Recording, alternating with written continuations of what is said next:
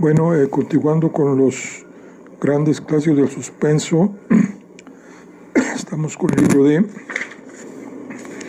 Mi prima Rachel. Y vamos a continuar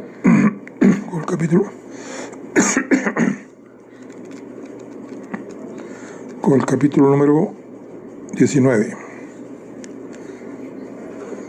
Pasamos aquella velada interminable al lado de Don. Yo comí, pero Rachel no quiso probar bocado. Don murió poco antes de la medianoche. Me lo llevé de ahí y lo dejé bien tapado.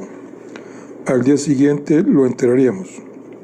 Cuando regresé, la biblioteca estaba desierta y Rachel había subido a sus habitaciones. Eché por el pasillo hasta el tocador y ahí estaba sentada con los ojos húmedos, fija la vista en el fuego. Tomé asiento a su lado y le cogí las manos. No ha sufrido, le dije, y creo que no ha pasado dolor alguno. 15 largos años ha, susurró Rachel. Un chico de 10 partía su pastel de cumpleaños, mientras Don yacía con la cabeza en mi falda. No hacía yo más que evocar aquel suceso. Dentro de 3 semanas, dije a Rachel esa noche en el tocador, el cumpleaños llegará de nuevo, entonces cumpliré los 25. Después de tu cumpleaños, Phil, tendré que dejarte. ¿Por qué? Ya llevo aquí demasiado tiempo. Dime, en el supuesto de que Ambrosio hubiese dictado un testamento dejándote la hacienda de por vida, a condición de que, entre tanto, cuidase yo de la finca y la administrase en tu nombre, ¿qué habrías hecho tú? ¿Qué quieres decir? ¿Qué habría hecho? ¿Te habrías quedado a vivir aquí? ¿Me habrías dicho que me fuese? ¿Que te fueses? Exclamó Rachel. ¿De tu propia casa? Por Dios, Philip, ¿cómo puedes preguntarme siquiera semejante cosa? ¿Te habrías quedado entonces? ¿Viviríamos aquí los dos juntos, lo mismo que ahora? Sí, supongo que sí. Nunca había pensado en ello. Sería diferente. De todos modos, no hay comparación. ¿Diferente en qué sentido? Mi prima hizo un ademán. ¿No comprendes que en las actuales circunstancias mi posición es insostenible sencillamente porque soy mujer? Habría sido muy distinto si la casa fuese de mi propiedad y tú estuvieras aquí, en cierto modo como empleado mío. Yo sería la señora Alley y tú mi heredero. Mas como están las cosas, tú eres Philip Alley y yo una parienta tuya que vive de tu generosidad. Existe entre ambos una enorme diferencia, querido Philip. Precisamente contesté. Pues entonces no hablemos más del asunto. Sí que hemos de hablar, pues el asunto es de una importancia decisiva. ¿Qué fue el testamento? ¿Qué testamento? El testamento que Ambrosio redactó y que no llegó a firmar, y en el que te legaba a ti la hacienda. Observé que aumentaba la ansiedad reflejada en sus ojos. ¿Cómo supiste que hubiese tal testamento? Una mentira haría las veces de excusa, y le mentí. Siempre he creído que debe haber alguno. Iré más lejos todavía, y aventuraré que lo tienes aquí entre tus cosas. Fue un tiro al azar, pero dio en el blanco. Sus ojos chispearon, lanzando una mirada instintiva hacia la pequeña escribanía arrimada a la pared, y se volvió de nuevo a mí. ¿Qué tratas de obligarme a decir?, inquirió. Solo quiero confirmar que ese testamento existe. Rachel vaciló, luego se encogió de hombros. Pues bien, sí, pero eso en nada altera la situación. Ambrosio no iba a firmar ese testamento. ¿Puede verlo? ¿Con qué objeto, Philip? Con un objeto muy personal. Supongo que podrás confiar en mí. Rachel me miró durante un buen rato. Veíase a las claras que estaba confusa y creo que también algo inquieta. Se levantó del asiento y se dirigió a la escribanía. Luego, indecisa, me dirigió una mirada. Sacó un llavín y abrió una de las gavetas, de las que tomó una hoja de papel que me entregó. Acerqué el papel a la luz de la vela.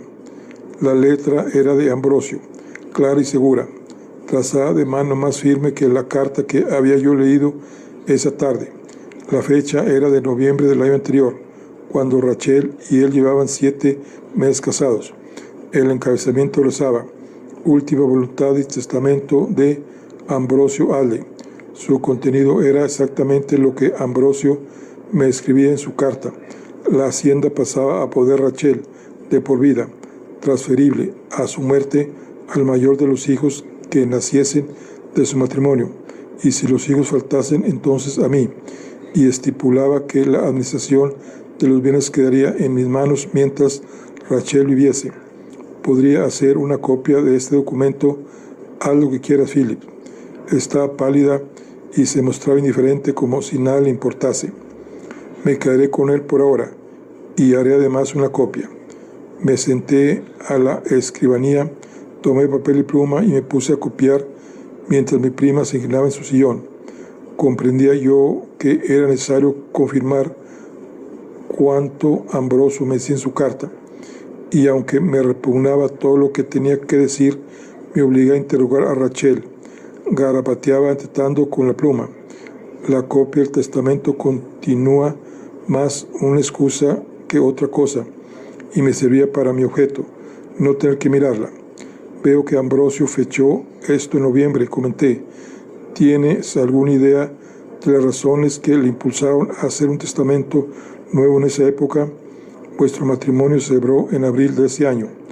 La respuesta de Rachel se demoraba, y de pronto pensé en lo que debe experimentar un cirujano al sondear una herida recién cortada. No sé por qué lo escribiría en noviembre, contestó mi prima por fin. En aquel entonces ninguno de los dos pensaba en la muerte. Fue esa la época más feliz de los 18 meses que vivimos juntos. Y a la larga el testamento se quedó sin firmar. En efecto, Ambrosio lo dejó en el estado en que ahora lo ves. Yo había terminado de escribir. Plegué el testamento y la copia que acababa de hacer y me guardé ambos en el bolsillo del pecho, donde por la tarde había llevado la carta. Luego me arrodillé junto a ella y tomándola entre mis brazos la estreché fuertemente, no como lo habría hecho con una mujer, sino con una niña. Rachel, dime, ¿por qué Ambrosio no iba a firmar el testamento? Rachel permanecía completamente inmóvil y no trató de apartarse de mí. Apenas sí contrajo de súbito la mano que apoyaba en mi hombro. Dime, Rachel, dime. No, me respondió con voz lejana y débil. Nunca lo supe, nunca volvimos a hablar de ello, pero me figuro que cuando Ambrosio comprendió que, después de todo, yo sería incapaz de tener hijos, dejó de creer en mí. Cierta especie de fe lo abandonó, aunque él nunca se dio cuenta de ello. Arrodillado junto a mi prima y estrechándola entre mis brazos, pensaba yo en la carta oculta en la billetera bajo la losa de granito que, en otras palabras, contenía esa misma acusación, y me preguntaba cómo era posible que dos seres que se habían amado tuviesen un concepto tan erróneo el uno del otro, y que, compartiendo el mismo dolor, hubiesen llegado a distanciarse a tal extremo. Así que fue por una mala inteligencia por lo que no se firmó el testamento y lo echaron al olvido, por una mala inteligencia, si así quieres llamarlo, pero ahora ya no tiene importancia. Sin embargo, poco después Ambrosio cambió. Empezó a sufrir de esas jaquecas que casi lo cegaban. En 2 o 3 ocasiones faltó poco para que le indujesen a la violencia. Yo ignoraba hasta qué punto pudiera ser mía la culpa y tiene miedo. ¿Y no contabas con algún amigo? Solo con Rainaldi, y él nunca supo lo que te he contado esta noche. Aquel semblante frío y duro del italiano, aquellos ojos estrechos y penetrantes. Comprendía yo que Ambrosio desconfiase de él. Con todo, ¿cómo podía tener Ambrosio tan escasa confianza en sí mismo. De seguro que un hombre se da cuenta cuando una mujer le quiere. Sin embargo, es posible que no siempre sea fácil saberlo. Y cuando Ambrosio cayó enfermo, ¿no seguiste invitando a Rainaldi a la casa? No me atreví. Nunca comprenderás el cambio que sufrió Ambrosio, y yo no puedo explicártelo. No me hagas más preguntas, Phil, te lo ruego. Ambrosio tenía sospechas de ti, ¿por qué? Por todo. Sospechaba que él era infiel, y hasta algo peor. ¿Qué pudo haber peor que la infidelidad? De improviso me apartó de un empeñón y levantándose se dirigió a la puerta y la abrió. Nada, respondió, nada en el mundo, y ahora vete y déjame sola. Perdóname, no he querido enojarte, no estoy enojada. Jamás volveré a hacerte una pregunta, declaré. Estas han sido las últimas, te lo prometo solemnemente. Al día siguiente me levanté temprano y me encaminé a Bodmin, a caballo. Ahí fui a ver a un notario, un tal Wilfredo Trewin, que hasta la fecha no había llevado un solo asunto de los Addley. Le expliqué que me traía una cuestión de suma urgencia y muy personal, y que deseaba redactase un documento legal que me facultase para traspasar todos mis bienes a mi prima, la señora Rachel Addley, el día 1 de abril, en que serían míos según la ley. Le mostré el testamento que Ambrosio había dejado sin firmar y le aclaré que fue solo debido a una repentina enfermedad de la que falleció, por lo que Ambrosio había omitido el suscribirlo. Le indiqué que insertara en la escritura buena parte de lo dispuesto por Ambrosio en su testamento, que a la muerte de Rachel la hacienda debía volver a mis manos y que yo había de administrarla mientras ella viviese. Si yo muriese primero, los bienes pasarían a mis primos segundos en Kent, mas únicamente en caso de la muerte de Rachel y nunca antes. ¿No desea usted agregar alguna cláusula salvaguardando la tierra?, me preguntó el notario. De acuerdo con el borrador actual, la señora Addley podría vender el número de acres que quisiese, lo cual me parece poco sensato si a usted le interesa que sus herederos reciban intacta esta tierra. Sí, contesté lentamente, será mejor agregar una cláusula que prohíba toda venta. Y lo mismo digo, como es natural en lo que respecta a la casa. Existen también joyas de familia, no es así, y otros bienes personales. Sobre esto, ¿qué dispone usted? Eso pertenece a la señora Addley y es muy dueña de hacer con ello lo que quiera. Me leyó el borrador de cabo a rabo y no creo que tuviese falta alguna. Una cosa más, agregó, no hemos previsto el caso de que la señora Addley contraiga nuevas nupcias. Sin duda debemos tomar eso en consideración. Me asaltó de súbito el monstruoso pensamiento del viejo Lord St. Ives y de los comentarios que Rachel me había hecho en broma. En caso de que mi prima se casara de nuevo, respondí con prontitud, la hacienda volvería a ser de mi propiedad. Esto es definitivo. El señor Trewin hizo una anotación sobre el papel y volvió a leer el borrador. Su acción al desprenderse de todo en el momento en que pasa a ser suyo es en extremo generosa. Eso no habría sido mío, de todos modos, si mi primo Ambrosio Addley hubiese firmado ese testamento. Sea como fuera, dudo mucho que nadie haya hecho jamás cosa semejante. Supongo que no querrá usted que se sepa ni una palabra de esto hasta el momento oportuno, ¿verdad? Ni una palabra. Es cosa del mayor secreto. Muy bien, señor Addley, y le agradezco que me haya hecho depositarle su confianza. Estoy a su disposición en cualquier momento. Se despidió con una reverencia, prometiéndome que la escritura en regla me sería entregada el día 31 de marzo.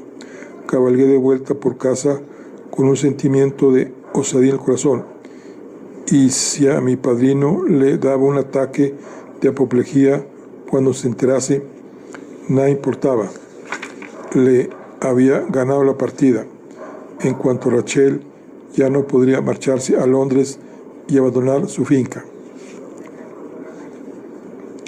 Cuando entré por el camino de coches hacia la casa, encontré una silla de posta parada frente a la puerta. Las ruedas y el coche mismo se hallaban cubiertos de polvo, como después de una larga jornada de viaje, y ni el vehículo ni el cochero me eran reconocidos. Esa es la verdad. No encontré a nadie en el vestíbulo, pero cuando me adelanté a pasos quedos al salón, sentí voces dentro, tras de la puerta cerrada. En aquel momento se abrió la puerta y Rachel salió al vestíbulo, riendo alegremente. «Vaya, Philip, al fin has llegado», exclamó. «Entra en el salón. De este visitante mío no te escapas. Ha hecho un largo viaje por vernos a los dos». Con una sonrisa se congeló de mi brazo.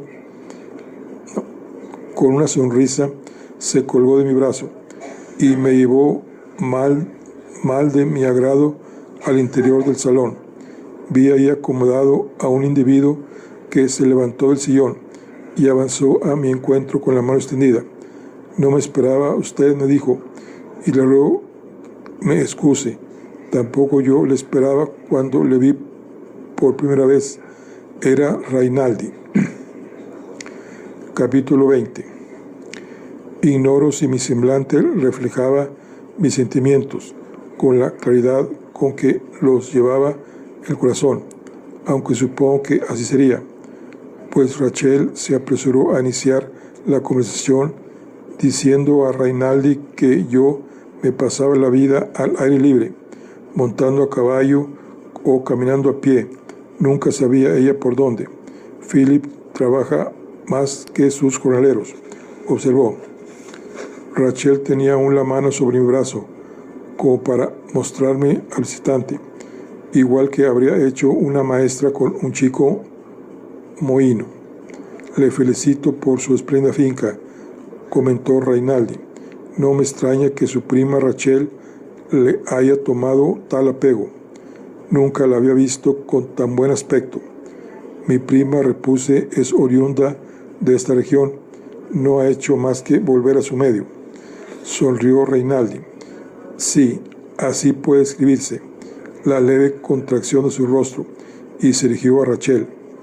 «Eso depende de cuál de los lazos de sangre sea el más fuerte, ¿verdad?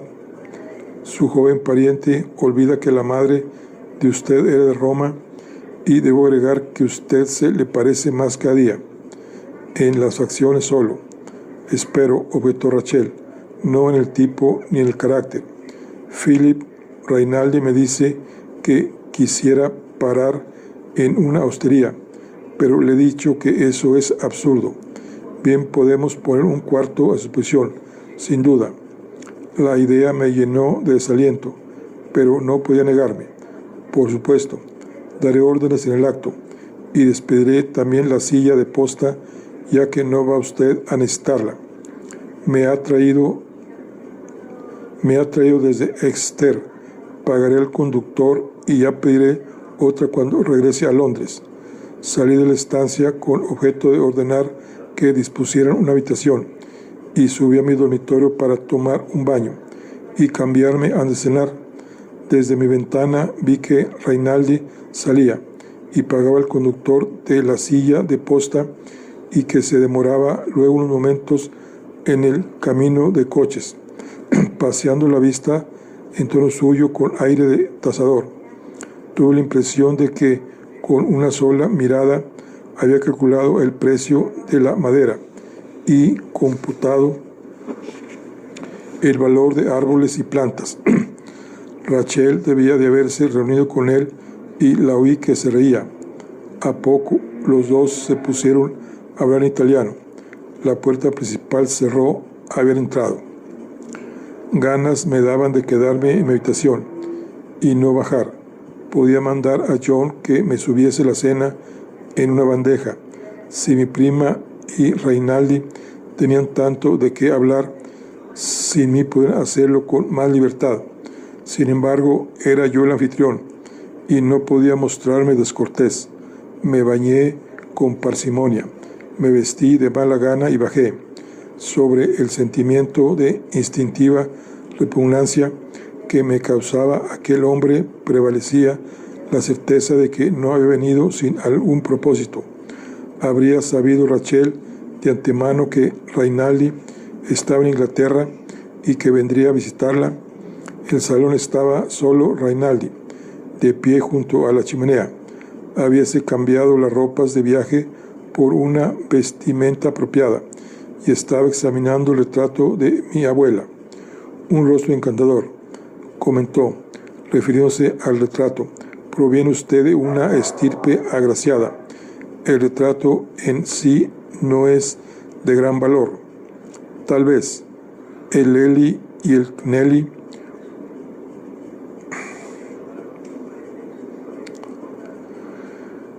que es Peter Lely y Sir Lely, célebres pintores ingleses, están en la escalera. Los vi cuando bajaba. Repuso, el Lely está bien colocado, pero no así el Kneller. Este último, por cierto, no revela lo mejor del estilo de aquel artista. Lo pintó en una de sus épocas más barrocas. Probablemente lo terminó algunos de sus discípulos. Yo no decía palabra, pide solo de oír los pasos de Rachel en la escalera. En Florencia, prosiguió Reinaldi, logré vender en nombre de su prima un Furini de su primera época, parte de la colección Sangaletti, dispersa en la actualidad. Desgraciadamente, una obra exquisita. Rachel entró en el salón. Vestía el traje que llevó en Nochebuena, aunque observé que traía los hombros cubiertos con un chal, de lo que me alegré. Estaba contando a su primo Philip, dijo Reinaldi, que tuve la suerte de vender la Madonna de Furini, pero fue una lástima tener que desprenderse de ella. Nosotros ya estamos acostumbrados a eso, ¿no?, contestó Rachel. Son muchos los objetos de valor que no hemos podido salvar. Advertí que el empleo de nosotros en relación con aquello me causaba profundo disgusto. ¿Ha conseguido usted vender la mansión?, pregunté bruscamente. Todavía no. De hecho, esa es una de las razones que me traen aquí, a hablar con su prima Rachel. Tenemos casi resuelto el alquilarla por 3 o 4 años. Sería mucho más ventajoso, y el arrendar no es tan terminante como el vender. Su prima tal vez abrigue el deseo de volver a Florencia cualquier día de estos. No tengo intención alguna de regresar todavía. Es posible que no, pero eso ya lo veremos, observó Reinaldi.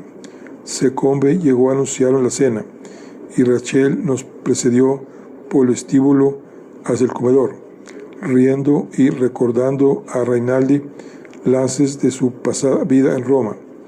Nunca me había sentido ni más taciturno ni más desplazado.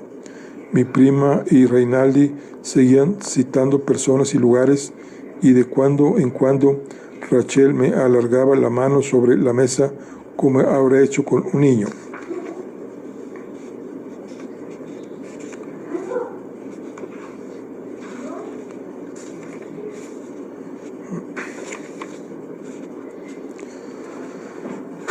Tendrás que disculparnos, querido Phillips, pero hace ya tanto tiempo que no veía a Reinaldi, me dijo, entre otras cosas, mientras él me observaba con aquellos ojos suyos oscuros y velados, y sonreía parsimonioso. 2 o 3 veces se pusieron a hablar en italiano.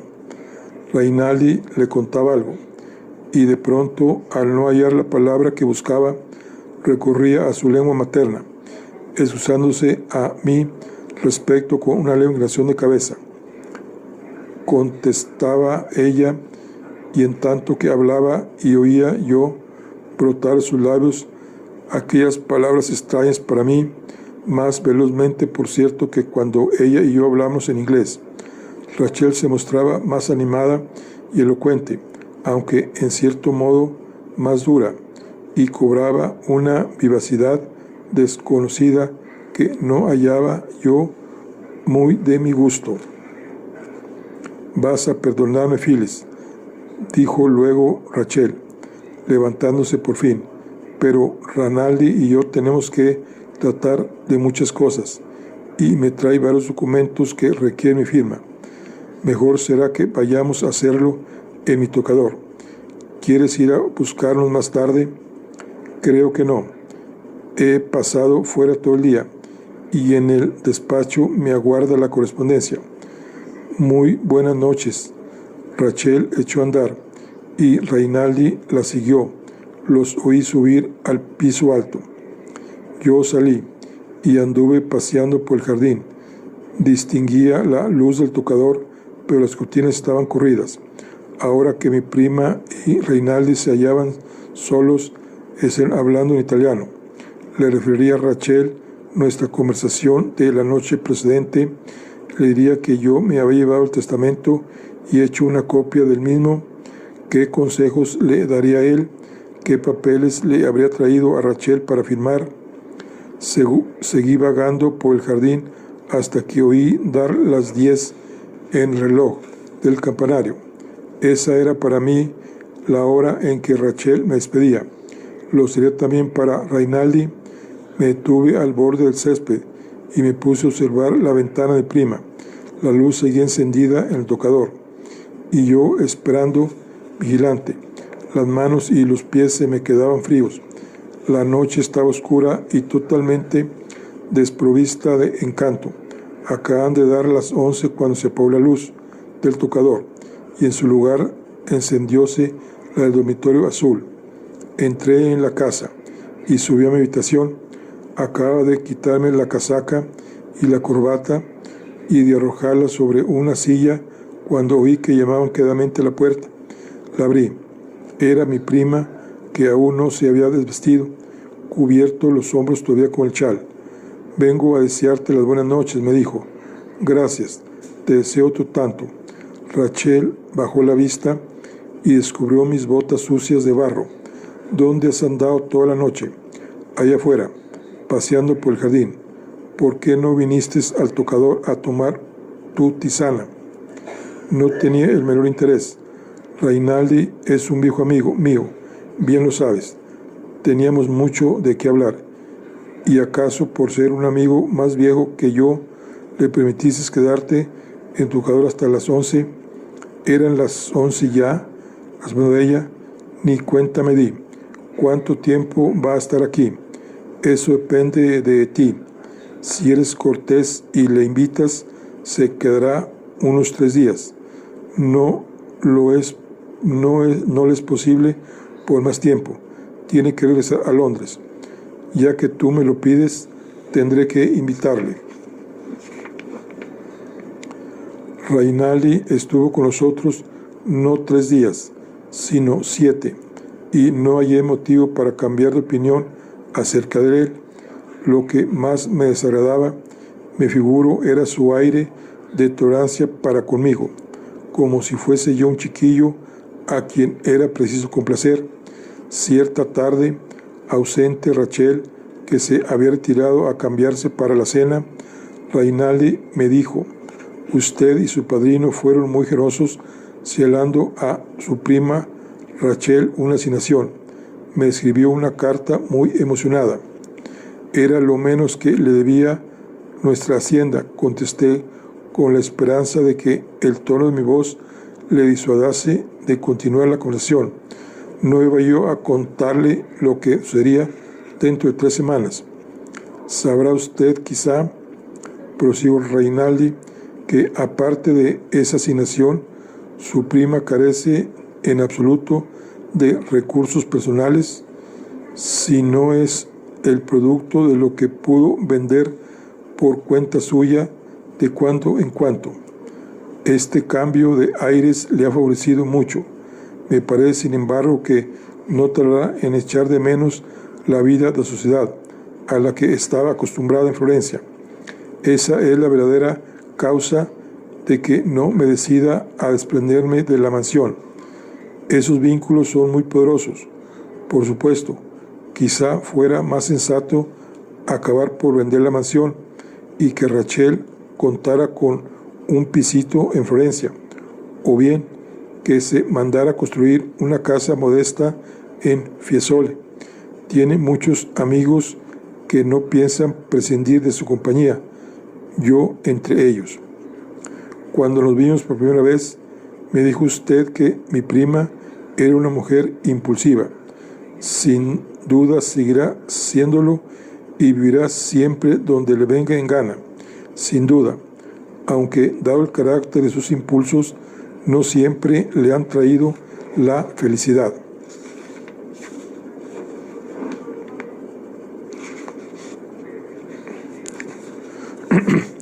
Supongo que con aquello Rainaldi quería insinuar que el matrimonio de Rachel con Ambrosio fue obra de un impulso y desdichado por añadidura, y que al venir a Inglaterra mi prima había obedecido también a un impulso, de cuyo resultado final no estaba él muy seguro.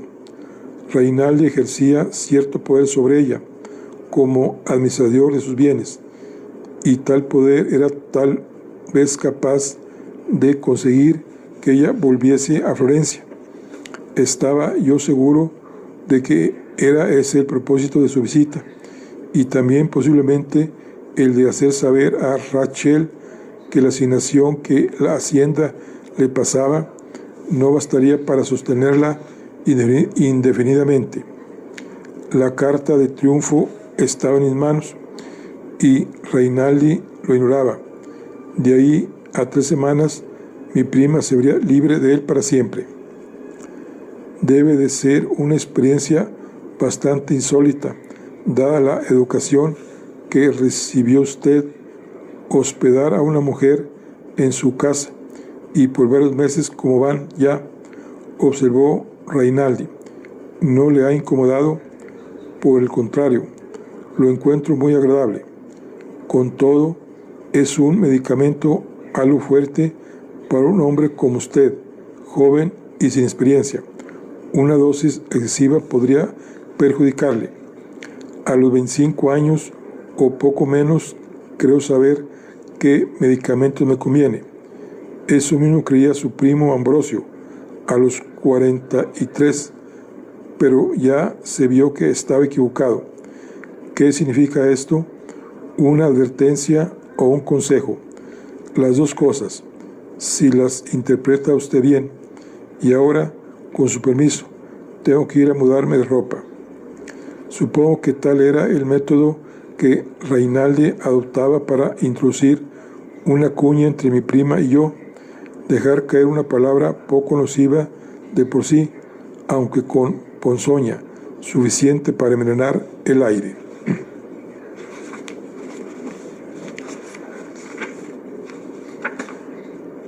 Por fin, la última noche de la visita de Rainaldi, mi padrino y Luisa vinieron a cenar con nosotros. La velada transcurrió sin incidentes, o tal me pareció. Observé que Rainaldi se volvía a mirarnos sonriendo con una especie de amable indulgencia, y hasta en un momento dado oí que le decía a mi padrino, sotto voce: le felicito por su hija y su ahijada, hacen una pareja encantadora. Le felicito por su hijo y su ahijado, hacen una pareja encantadora. También Luisa lo oyó y se puso la pobre como la grana. Yo me apresuré a preguntarle cuándo iba a ir a Londres, con lo que esperaba disipar su turbación, pero sospecho que solo conseguía aumentarla. Terminada la cena, volvió a recaer la charla sobre Londres y Rachel anunció: yo también pienso ir pronto a Londres. Si coincidimos ahí, agregó, volviéndose a Luisa, tendrá usted que enseñarme todas las cosas interesantes. A las palabras de Rachel, mi padrino aguzó el oído. ¿Piensa usted, pues, abandonar el campo?, preguntó. En fin, ¿ha soportado usted estupendamente los rigores del invierno durante su visita a Cornelius? Londres lo encontrará mucho más interesante. Se volvió hacia Rinaldi. ¿Estará usted ahí todavía? Los asuntos que ahí me llevan me retendrán aún varias semanas, contestó Rinaldi. Pero si Rachel decide ir a Londres, estaré a su disposición, como natural. Confío en que usted y su hija nos harán el honor de comer con nosotros cuando vaya allá. Tendremos en ello verdadero placer, contestó mi padrino. En la primavera, Londres suele estar delicioso. Cuando les oí dar por hecho, así tan tranquilamente, que iban a reunirse todos, les hubiese cogido por el cogote y hecho dar una buena topeteada.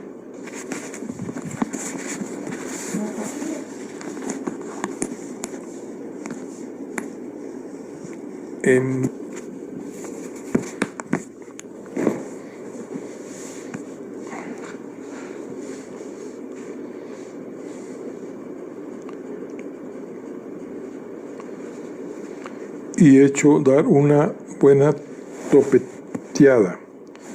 Si bien lo que más me enfurecía era que Rinaldi empleara en nosotros. Ya me figuraba su plan: atraer a Rachel a Londres, entretenerla mientras atendía sus otros asuntos y persuadirla por último a regresar a Italia. Y mi padrino, por motivos muy suyos, fomentaría aquel plan. No sospechaban siquiera que yo fraguaba un complot para frustrarlos a todos. Transcurrió pues la velada prodigiándose por unos y por otros las expresiones de buena voluntad. Rinaldi llegó al extremo de llevarse aparte a mi padrino durante los últimos 20 minutos. Por destilar más ponzoña todavía, me juraba yo. Al día siguiente, en mi premura por acelerar la partida de Rinaldi, apenas sí me dio tiempo para engullir el desayuno. Las ruedas de la silla de posta que debía conducirle a Londres se dejaron oír en la avenida, y Rachel, ataviada para trabajar en el jardín, bajó a despedirle. Rinaldi tomó la mano de mi prima y se la besó, esta vez por elemental cortesía para conmigo. Su anfitrión habló en nuestro idioma. Entonces, ¿me escribirá usted contándome sus planes?, dijo dirigiéndose a Rachel. Recuerde que cuando esté dispuesta a ir a Londres, yo le espero ahí. No me trazaré ningún plan antes del 1 de abril, respondió mi prima, y volviéndose por encima del hombro me sonrió. ¿No es el cumpleaños de su primo en esa fecha?, inquirió Rinaldi, subiendo al vehículo. Espero que el joven se divierta. Y enviándome un alfilerazo de despedida, añadió luego: debe ser muy gracioso celebrar el cumpleaños en una fecha tan singular. En Inglaterra equivale al Día de los Santos Inocentes, ¿no? Y arrancó la silla de posta, bajó por la avenida hacia las puertas del parque. Bueno, aquí concluimos lo que es el capítulo número 20. Nos vemos en la siguiente. Hasta luego.